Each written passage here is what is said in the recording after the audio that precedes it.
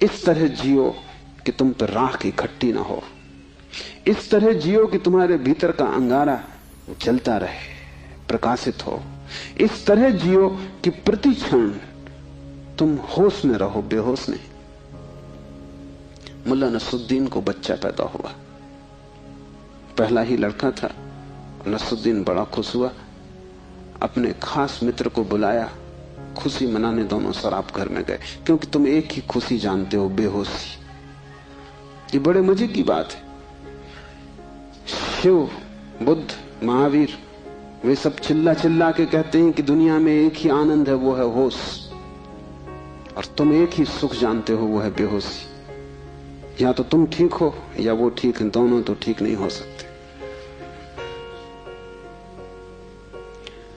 मुल्ला नसरुद्दीन सीधा शराब घर गया, बजाय अस्पताल जाने के पहले बेटे को देखता। उसने कहा कि पहले जरा आनंद कर लें। कितने दिनों का सपना पूरा हुआ। डट के दोनों पी गए।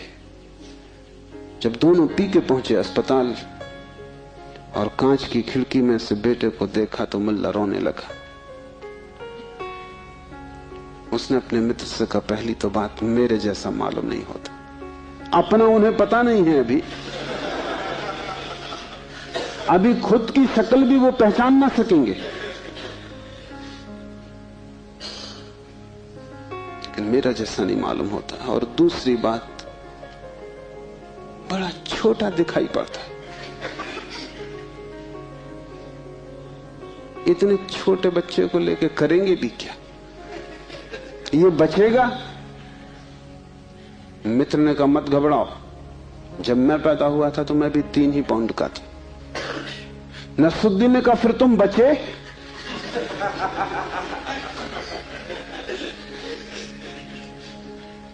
मित्र सोचने लगा, क्योंकि वो भी बेहोशी में था। उसने कहा, पक्का नहीं कह सकता।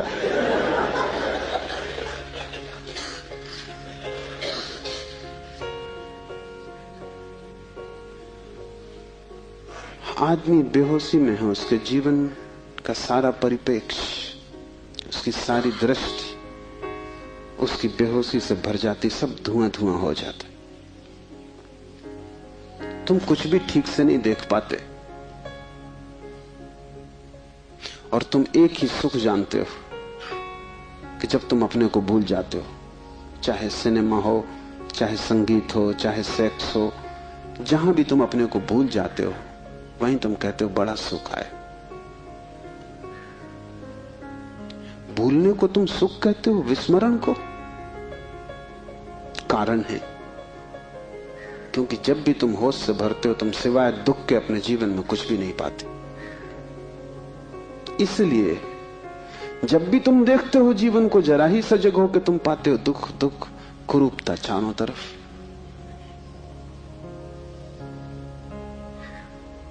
एक मेरे मित्र अविवाहित ही रह गए, उनसे मैंने पूछा कि क्या हुआ, कैसे चूक गए? तो उन्होंने कहा कि बड़ी अड़चन आई। जिस स्त्री को मैं प्रेम करता था, जब मैं शराब पी लेता तब वो मुझे सुंदर मालूम पड़ती, तब मैं शादी करने को राजी, लेकिन तब वो राजी नहीं। और जब मैं होश में होता तब मैं राजी नहीं, तब वो राजी होती थी। इसलिए चूक गए, कोई उपाय ना हुआ, मेल ना हो सका। तुम जब भी आंख खोल कर देखोगे सब तरफ कुरूपता और दुख पाओगे। जब तुम बेहोश होते हो तब सब ठीक लगता है। इसलिए तुम्हें तकलीफ मालूम पड़ती, चैतन्य आत्मा असंभव। इसलिए दुख से गुजरना होगा। उसको ही तपश्चर्या कहा है। जब कोई व्यक्ति जागना शुरू करता है तो पहले तो उसे दुख में से ही गुजरना होगा, क्योंकि तुमने जन्मों जन्मों तक दुख अपने चारों तरफ निर्मित किए हैं। कौन उनसे गुजरेगा तुम अगर न गुजरे तो? इसको हमने कर्म कहा है। कर्म का कुल इतना ही अर्थ है कि जन्मों जन्मों तक हमने चारों तरफ दुख निर्मित किए, जाने अनजाने हमने दुख की फसल बोई है, काटेगा कौन? तो जब भी तुम होश में आते हो तुम्हें फसल दिखाई पड़ती बड़ी लंबी, इस खेत से तुम्हें गुजरना पड़ेगा। डर के मारे तुम वहीं बैठ जाते हो, फिर आंख बंद करके शराब पी लेते हो कि ये तो बहुत झंझट का काम है। लेकिन जितनी तुम शराब पीते हो उतनी ये फसल बढ़ती जाती। हर जन्म तुम्हारे कर्म की श्रृंखला में कुछ और जोड़ जाता है, घटाता नहीं। तुम और भी गर्त में उतर जाते हो, नरक और करीब आ जाता है। होश से भरोगे तो पहला तो घटना ये घटने ही वाली है कि तुम्हारे जीवन में चारों तरफ दुख दिखाई पड़ेगा, नरक, क्योंकि तुमने वो निर्मित किया है। और अगर तुमने हिम्मत रखी, साहस रखा और तुम उस दुख से गुजर गए, तो जिस दुख से तुम सचेतन रूप से गुजर जाओगे वो फसल कट गई। उन दुखों से तुम्हें न गुजरना पड़ेगा फिर। और अगर एक बार तुम सारी दुख की श्रृंखला से गुजर जाओ, कर्म की श्रृंखला से, क्योंकि वो तुम्हारी आत्मा के चारों तरफ बंधी हुई जंजीरें, अगर तुम उन सब से गुजर जाओ और होश न खो और हिम्मत जारी रखो कि कोई फिक्र नहीं, जितना दुख मैंने पैदा किया है मैं गुजरूंगा, मैं अंत तक जाऊंगा। मैं उस प्रथम घड़ी तक जाना चाहता हूं जब मैं निर्दोष था और दुख की यात्रा शुरू न हुई थी, जब मेरी आत्मा परम पवित्र थी और मैंने कुछ भी संग्रह न किया था दुख का। मैं उस समय तक प्रवेश करूंगा ही, चाहे कुछ भी परिणाम हो, कितना ही दुख, कितनी ही पीड़ा। अगर तुमने इतना साहस रखा तो आज नहीं कल दुख से पार होकर तुम उस जगह पहुंच जाओगे जहां शिव का सूत्र तुम्हें समझ में आएगा, चैतन्य आत्मा है। और एक बार तुम अपने भीतर के चैतन्य में प्रतिष्ठित हो जाओ, फिर तुमसे कोई दुख पैदा नहीं होता, क्योंकि बेहोश आदमी अपने चारों तरफ दुख पैदा करता है। तुमने देखा है शराबी को चलते हुए रास्ते पर वो कैसा डगमगाता है। ऐसी तुम्हारी जिंदगी है, कहीं पैर रखते हो कहीं पड़ता है, कहीं जाना चाहते हो कहीं पहुंच जाते हो, कुछ करना चाहा था कुछ और ही हो जाता है, कुछ कहने निकले थे कुछ और ही कह के घर लौट आते हो। इसे तुम रोज देख रहे हो, फिर भी तुम समझ नहीं पाते कि क्यों हो रहा है। तुम गए थे किसी से क्षमा मांगने और झगड़ा करके वापस आ गए।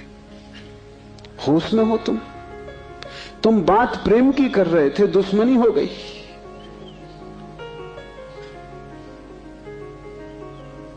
एक आदमी शराब पिए आकाश की तरफ देखता हुआ चला जा रहा था।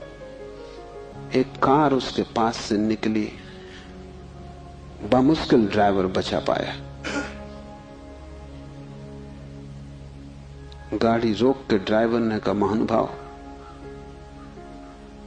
अगर आप नहीं देखते वहां जहां आप जा रहे हैं तो फिर आप वहीं चले जाएंगे जहां आप देख रहे हैं।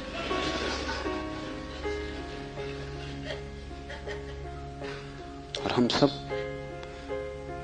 हमें कुछ पता भी नहीं कि हम कहां जा रहे हैं, क्यों जा रहे हैं, कहां देख रहे हैं, क्यों देख रहे हैं, चले जा रहे हैं। क्योंकि एक बेचैनी है भीतर जो बैठने भी नहीं देती, एक शक्ति है भीतर जो चलाए चली जाती है। फिर हम जो भी करते वो सबके उल्टे परिणाम आते हैं। लोग मेरे पास आते हैं, वो कहते हैं हमने बदी तो कभी की नहीं, नेकी की और फल बदी मिल रहा है। ऐसा हो नहीं सकता कि तुम नेकी करो फल में बदी मिले। ऐसा हो नहीं सकता कि तुम आम के बीज बो और नीम के फल लगे। ऐसा हो नहीं सकता। इतना ही हो सकता है कि तुम ऐसे बेहोशी में बोए होगे, बोए तुमने नीम के ही फल, तुम होश में न थे, क्योंकि वृक्ष थोड़ी झूठ बोलेगा। तुम ही कहीं बोते वक्त भूल में पड़े होगे। तुम जब नेकी भी करते हो तब भी तुम्हारा नेकी करने का मन नहीं होता। तुम सच भी बोलते हो तो तुम दूसरे को चोट पहुंचाने के लिए सच बोलते हो।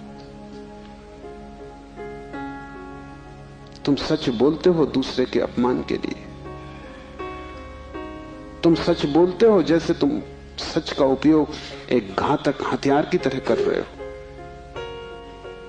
तुम्हारे सत्य कड़वे होते, सत्य के कड़वे होने की कोई भी जरूरत नहीं, लेकिन मजा तुम्हें कड़वेपन में है, सत्य में तुम्हें मजा भी नहीं। तुम्हारा झूठ सदा मीठा होता है, तुम्हारा सत्य सदा कड़वा होता है। बात क्या है? क्या कड़वापन सत्य का स्वभाव है? क्या मिठास झूठ का हिस्सा है? नहीं। झूठ को तुम चलाना चाहते हो, तुम उसे मीठा बनाते, क्योंकि अगर वो मीठा ना होगा तो चलेगा नहीं। एक तो झूठ चलना मुश्किल, मिठास के सहारे ही चलेगा। जैसे कड़वी दवा की गोली पर हम मीठी परत चढ़ा देते,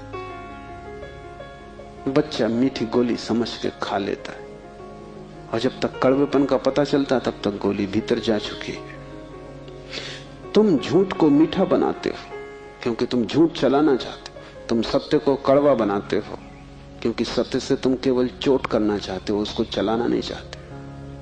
तुम सत्य बोलते ही तब हो जब तुम सत्य का इस तरह उपयोग कर सको कि वो झूठ से बदतर साबित हो, तभी तुम बोलते हो।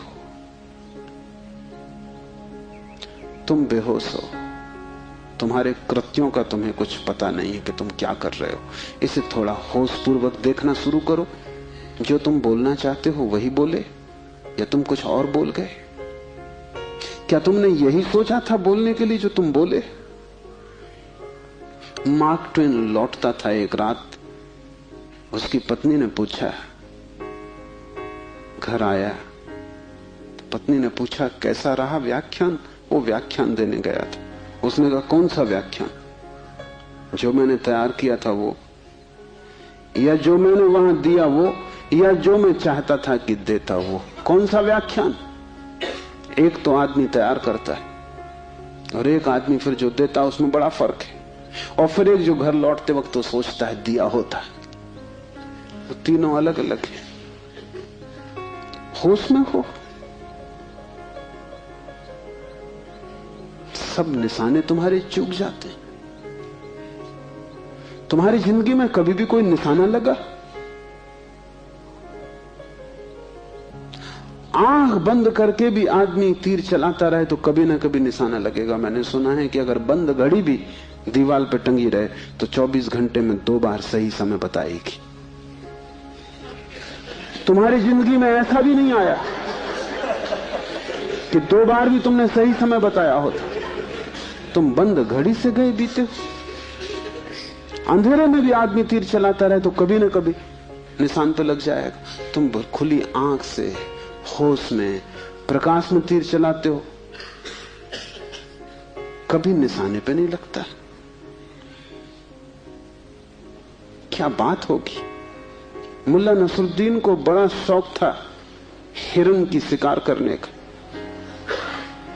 तीसरी बार जब वो शिकार करने जंगल पहुंचा और जंगल के विश्राम गृह में उसने अपना सामान रखा और तैयारी की, और जब सूटकेस खोला तो उसमें एक बड़ी फोटो रखी थी और पत्नी ने उस फोटो के नीचे लिखा था, मुल्ला हिरन इस तरह का होता है। उन्हें शिकार का शौक था लेकिन हिरन का पता नहीं था। तुम कुछ भी मार मूर के घर आ जाओगे, हिरन ठीक से फोटो देख लेना। तुम सब जगह चूक गए हो, वही तुम्हारे जीवन का दुख है। और चूकने का कुल कारण है कि तुम होश में नहीं हो। इसलिए जो भी करो होशपूर्वक करो। उठो तो भी होशपूर्वक, चलो तो भी होशपूर्वक। महावीर ने कहा है विवेक से चलो, विवेक से बैठो, विवेक से भोजन करो, विवेक से बोलो, विवेक से सो तक। महावीर से कोई पूछता है कि साधु कौन, तो महावीर ने कहा जो अमूर्छित है। और असाधु कौन, तो महावीर ने कहा जो मूर्छित है, जो सोया सोया जी रहा है वो असाधु, जो जागा जागा जी रहा है वो साधु। यही शिव कह रहे हैं, चैतन्य आत्मा। चैतन्य को बढ़ाओ, धीरे धीरे आत्मा की झलक तुम्हारे जीवन में आनी निश्चित है। दूसरा सूत्र है ज्ञानम बंधा। ज्ञान बंध है। बड़ी हैरानी का सूत्र है। ज्ञान के बहुत अर्थ हैं। एक तो जब तक तुम इस ज्ञान से भरे हो कि मैं हूं, तब तक तुम अज्ञान में रहोगे, क्योंकि मैं अज्ञान है, अहंकार अज्ञान है।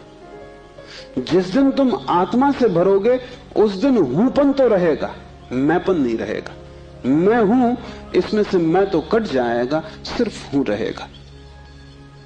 इसे थोड़ा प्रयोग करके देखो। कभी किसी वृक्ष के नीचे शांत बैठकर खोजो कि तुम्हारे भीतर मैं कहां है। तुम कहीं भी ना पाओगे। हूं तो तुम सब जगह पाओगे, मैं तुम कहीं भी ना पाओगे। सब जगह तुम्हें अस्तित्व मिलेगा, लेकिन अस्तित्व के साथ अहंकार तुम्हें कहीं भी ना मिलेगा।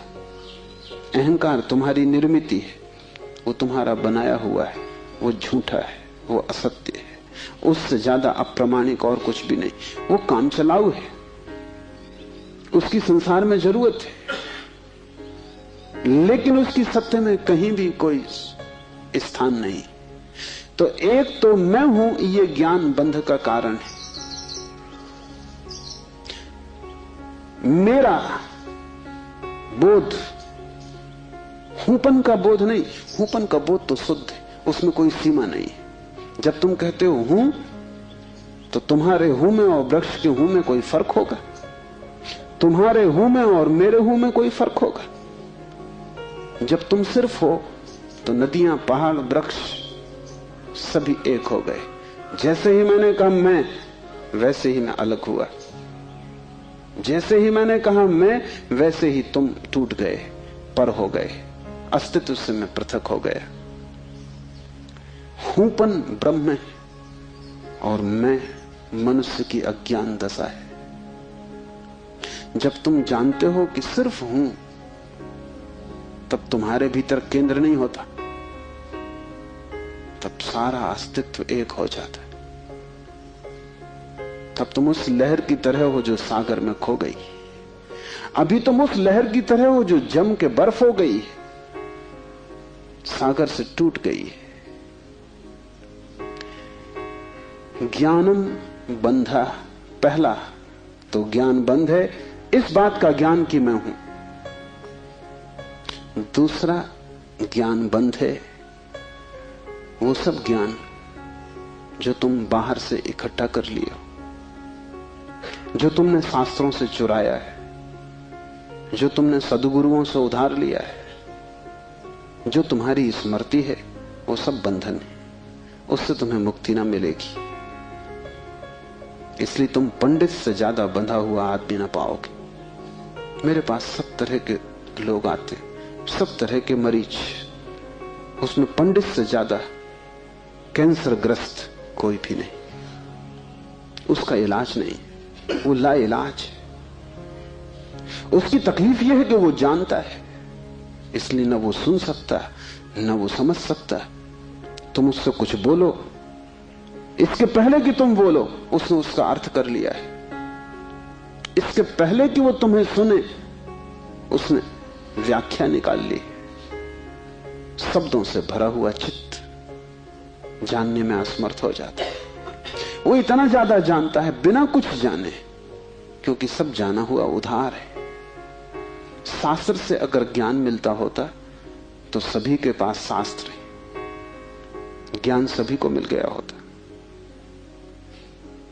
ज्ञान तो तब मिलता है जब कोई निशब्द हो जाता है, जब वो सभी शास्त्रों को विसर्जित कर देता है, जब वो उस सब ज्ञान को जो दूसरों से मिला है वापस लौटा देता है जगत को, जब वो उसे खोजता है जो मेरा मूल अस्तित्व है, जो मुझे दूसरे से नहीं मिला।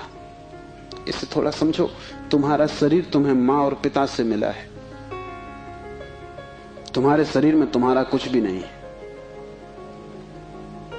आधा तुम्हारी मां का दान है, आधे तुम्हारे पिता का दान है। फिर तुम्हारा शरीर तुम्हें भोजन से मिला है, वो जो रोज तुम भोजन कर रहे हो। 5 तत्वों से मिला है, वायु है, अग्नि है, 5 तत्व हैं, उनसे तुम्हें मिला है। इसमें तुम्हारा कुछ भी नहीं।